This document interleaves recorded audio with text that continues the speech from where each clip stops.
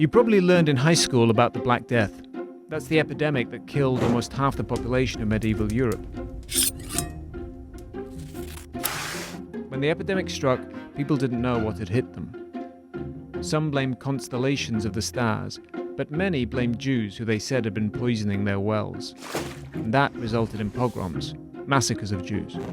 You might think that those events happened 700 years ago and are very much confined to the past, but two economists have found a link between the anti-Semitism of the Middle Ages and what happened in Europe in the 20th century. Let's look at two German cities, Würzburg and Aachen. They're similar in size and demographics. Back in the 1300s, there was a pogrom of Jews in Würzburg, but there was no pogrom in Aachen. Let's fast forward to the 1920s. The residents of Würzburg wrote a lot of anti-Semitic letters to their local Nazi newspaper, while the residents of Aachen wrote less than half as many. In 1928, 6% of Würzburg's residents voted for the Nazi Party, but in Aachen, it was only 1%. Looking at the data, the researchers find that anti-Semitism can linger around for centuries. Over time, Jews in Europe developed a reputation for being moneylenders and bankers. Even Shakespeare developed his character of Shylock, a vindictive, money-lending Jew, at a time when there were no Jews actually living in England. This reputation contributed to the image of Jews as greedy and gluttonous, and that impression persisted until the 20th century, and to some extent, still continues today. Researchers have analysed what that means for areas that have historically seen episodes of anti-Semitism. They find that Germans in these areas don't trust the stock market as much as other Germans do. They don't trust banks. They prefer to keep their money in cash. They're less likely to have a mortgage. What's more, anti-Semitism can devastate the middle class. Think about what happened during the Holocaust when the Nazis removed large numbers of Jews from the areas they controlled. That created a massive economic and social shock in those regions. A group of 3 researchers looked at cities in the former Soviet Union that were occupied by the Nazis during the Second World War. They found that the cities where the Jews were most persecuted in that period have lower than average wages today. 2 economists have found that the Nazi policy of removing Jewish teachers resulted in schoolchildren in Germany having on average 6 months less education. In cities that had larger populations of Jews, schoolchildren ended up with even less. That led to a big education gap in those areas, which meant that local Germans were much less likely to finish high school or go to college. The brain drain didn't stop there. A whole generation of scientists fled Nazi Germany, which, according to one economist, hurt the German universities more than the bombs ever did. The scientists who stayed in Germany, on average, became less productive because many of them had lost their co-authors. Some of those scientists who had escaped, many of them going to the US, won Nobel Prizes, and they ultimately went on to develop the atomic bomb. Of course, Jews are not the only group that people have blamed for society's woes. Today's rhetoric is a good example of that. Anti-immigrant and ultra-nationalist groups are making political headway around the world. The politics of intolerance and the politics of prejudice seem to be getting noisier and noisier. So, if we're looking for a way to turn down the volume, maybe we should consider the historical data.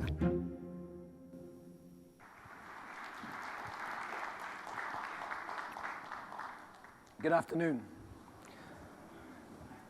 Traditionally, economists didn't study anti-Semitism. So if you look, for example, at the university research that was done on the Holocaust, it was traditionally done by historians and sociologists and political scientists. But all that is changing. There's a growing body of literature using quantitative data analysis to study anti-Semitism. And what this research is revealing is not only enriching our understanding of anti-Semitism, but it's challenging some of our most fundamental assumptions about how cultures and societies work. I'm Hal Weitzman. I'm the Executive Director for Intellectual Capital at the University of Chicago's Booth School of Business. And as you can probably hear, I got a pretty bad cold at the moment, so I apologize.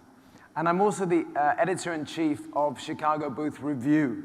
We're a publication that brings the latest academic research to a general, non-technical audience. And what we look for is data-based research, data-rich research, particularly in economics and finance and policy. And we're really looking for big themes that are transforming academic knowledge. And the economic study of anti-Semitism is one of these big themes.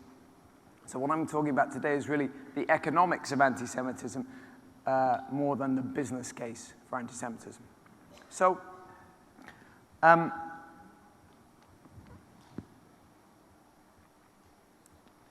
you saw in the video about Voigtlander and Voth. We launched our magazine in 2012.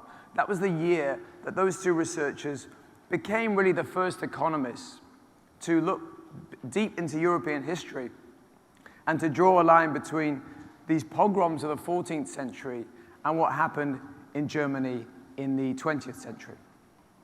And they really brought two new approaches to the study of anti-Semitism. The first was that they, previous to Voigtlander and Voth, most of the research had been done about perpetrators or victims.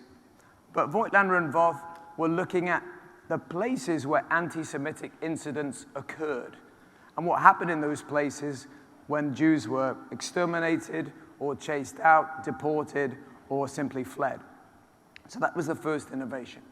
And the second innovation was just the sheer ambitious time scale that they used, that they were looking at. This time series of 600 years. So that was the innovations that they brought to the methodology, to the way of looking at the subject, the phenomenon of anti-Semitism. But the finding also challenged a very fundamental assumption. The conventional wisdom before Voigtlander and Voth was that when you had a traumatic incident, like a pogrom, over time, the wounds of that incident would heal. That the scars of anti-Semitism would eventually fade away. And the data show clearly that they do not. Now, I'm not suggesting that there were the pogroms in the 14th century and then the rise of the Nazis in the 20th century and nothing happened in between. Very frequently, when there were economic and social crises, people looked for scapegoats. And Jews who, rightly or wrongly, were associated with finance were frequently the victims of this scapegoating. So, for example, there were the Hep riots that accompanied the Great Famine of 1816 to 1817.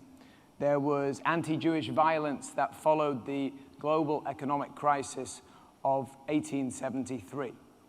But it wasn't uniform. There was some kind of intergenerational transmission of cultural norms that allowed anti-Semitism to perpetuate century after century in some places, places like Würzburg, and not in other places, places like Aachen. So this is the first big insight from the economic study of anti-Semitism, that anti-Semitism can persist century after century. Now, Voigtlander and Voth's work has been very influential among economists. It inspired particularly a group of young German economists to bring their skills in data analysis to looking at their country's own dark past. And I'm going to talk today about three economists in particular. Michael Weber from Chicago Booth, my own institution. Tarek Hassan, also from Chicago Booth. And Fabian Waldinger, who you saw in the video was at the University of Warwick, but is now at the London School of Economics. So Michael Weber and his colleagues looked at Voigtlander and Voth's research, which linked the pogroms with the rise of the Nazis in the 20th century, and they wanted to update it, to look at if the same areas that had this long history of anti-Semitism still expressed anti-Semitism today. And they looked at survey data. And what they found was that there was a form of prejudice that was even more pervasive and more enduring than anti-Semitism itself. In fact, in places like Würzburg that had this long history, there were the level of anti-Semitism recorded was not any higher in contemporary Germany than the national average. But there was another form of prejudice that persisted, and it was the prejudice against finance, mistrust of finance. And you saw that in the video, that even though anti-Semitism wasn't at higher levels than everywhere else in Germany, that these areas, people were less likely to invest in the stock market, they were less likely to have mortgages, they were more likely to keep their money in cash rather than in the bank. So this is the second big insight from the economic study of anti-Semitism, which is that even when anti-Semitism fades, related prejudices, such as that against finance, can persist. Now, this is all about the culture and how anti-Semitism affects the culture of an area. But there's a much more mechanical effect that other economists have looked at, which is, and I should have gone through my slide. So this is the slide that goes with the research that I mentioned about from Michael Weber and his colleagues about how stock market participation, in this case, was lower in those areas that had the historical anti-Semitism, even though anti-Semitism itself had dissipated in those areas. So the more mechanical effect is looking at the question of what happens when Jews are removed from a society. How does that affect a society? And the example here is Operation Barbarossa, when the Nazis invaded the Soviet Union in 1941. And they sent 4 million troops in, and within a few months they formed a blitzkrieg maneuver. They advanced across the Soviet Union, arriving in the outskirts of Moscow within a few months. And they occupied that area for about a year before they were repelled. So this was the German invasion. And you saw this in the video. And so this is a kind of a perfect opportunity for economic analysis, because you have an area that is broadly heading in the same economic trajectory, and then you split it in two. The area shaded in dark red to the west was occupied by the Germans, and the area to the east was not occupied. So you can see they're heading in the same economic trajectory before the war.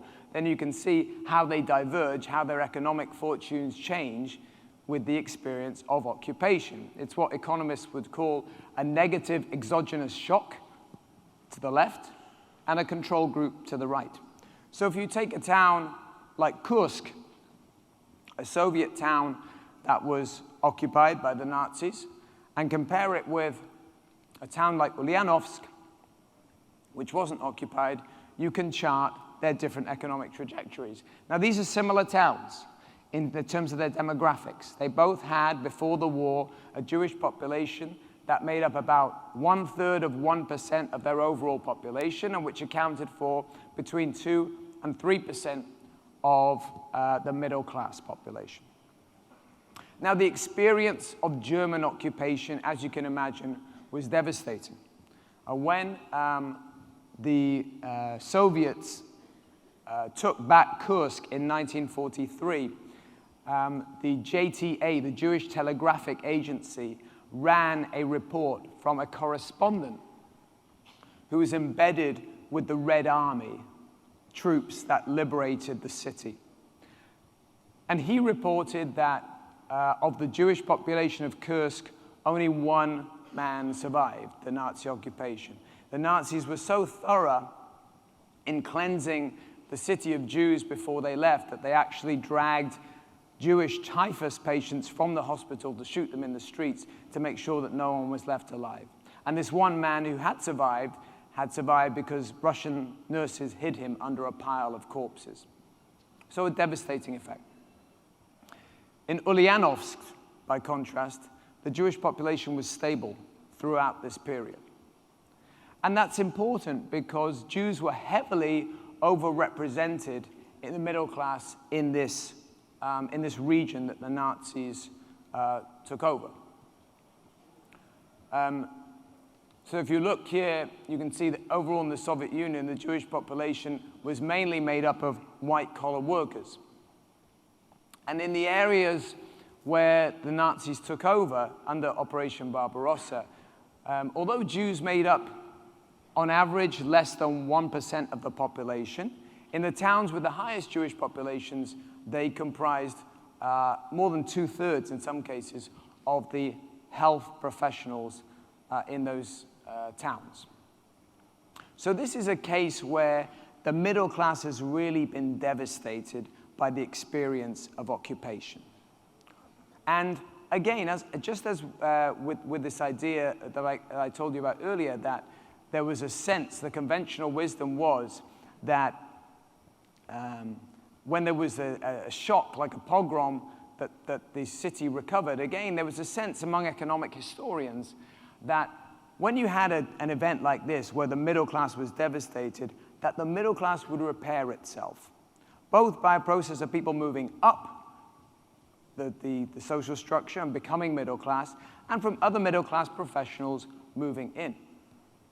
Well, the research that was done on these towns by Tariq Hassan from Chicago Booth and James Robinson from the University of Chicago and Dorona Semoglu from MIT found that actually that didn't happen. That the effect of the Nazi occupation, the devastation of the middle class, that effect persisted for decades. So you saw one example in the, excuse me, I'm going to go back. You saw one example in a video there, which was, we talked about how the wages in those areas were lower, are lower now because of the experience of Nazi occupation. But there's also a cultural effect, which is that in those towns voted more for communist candidates during the 1990s. They were less reform-minded. They were much more likely to vote against the breakup of the Soviet Union in the referendum that was held in March 1991. So generally, their values were antithetical to the middle-class values of the kind of idea that people are rewarded for their efforts.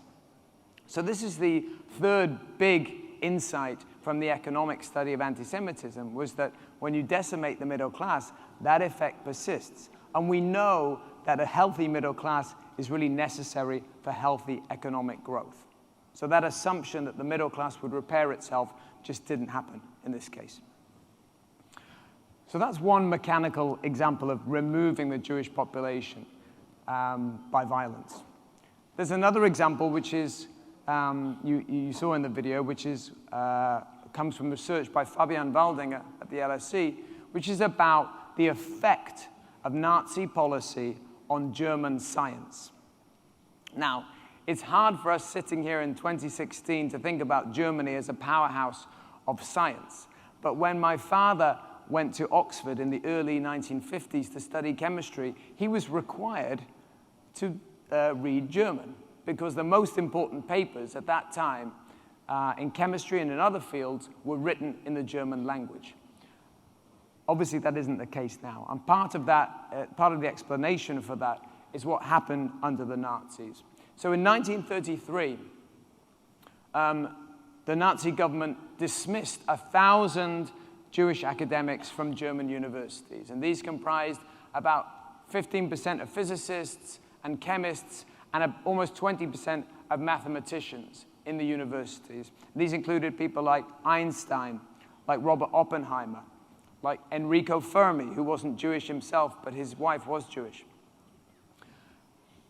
And they also purged the next generation of scholars. So in 1932, there were about 4,000 Jewish students enrolled in German universities, but by the fall of 1933, there were fewer than 600. And over the next few years, those people also left.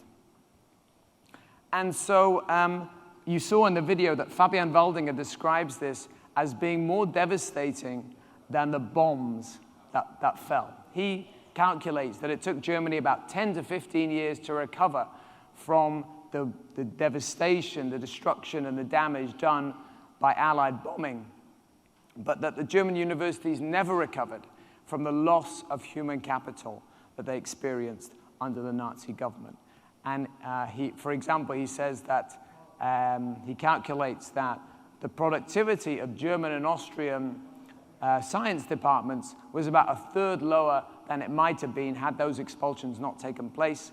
And that effect persisted up until about 1980. And it was a significant contributing factor to the loss of German preeminence in science to the United States. And as we know, that had an effect on how many patents German chemists issued compared to US chemists. And as you saw in the video, it also affected the number of Nobel Prizes that were won by German scientists and that were won by British and American scientists.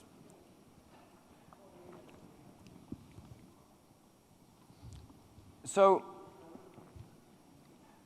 these are the key insights that I talked about. You may be wondering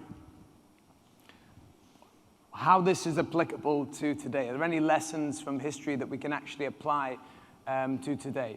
And a lot of these insights are unique to Jews and unique to a certain time and place. So for example, Michael Weber and his colleagues looked at anti-Turkish sentiment in Germany to see if there was any correlation between that kind of prejudice and economic growth, and they didn't find any. Similarly, I think it would be hard to argue that, that there is a definite economic negative effect from developed countries denying entry of Syrian refugees. Now, it may be that in the United States, over the next few years, we will see the deportation of significant numbers of immigrants from this country. And we may be able to track in the coming decades the negative economic effects associated with that. We shall see.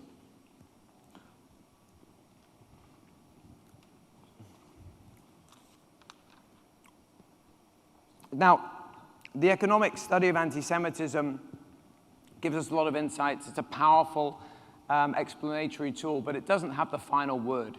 It can't tell us, for example, where anti-Semitism came from in the first place.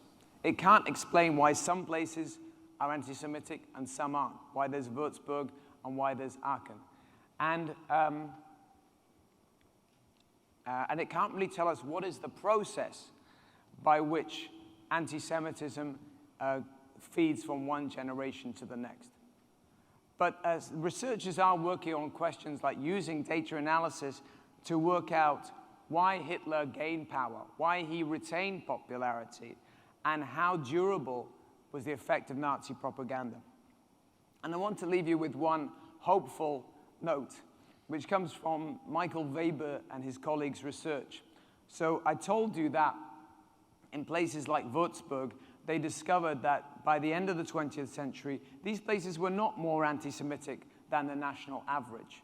And the explanation for that he gives is because the German government prioritized teaching the Holocaust, the history of the Holocaust, in schools, which indicates that education can have a powerful impact on perceptions.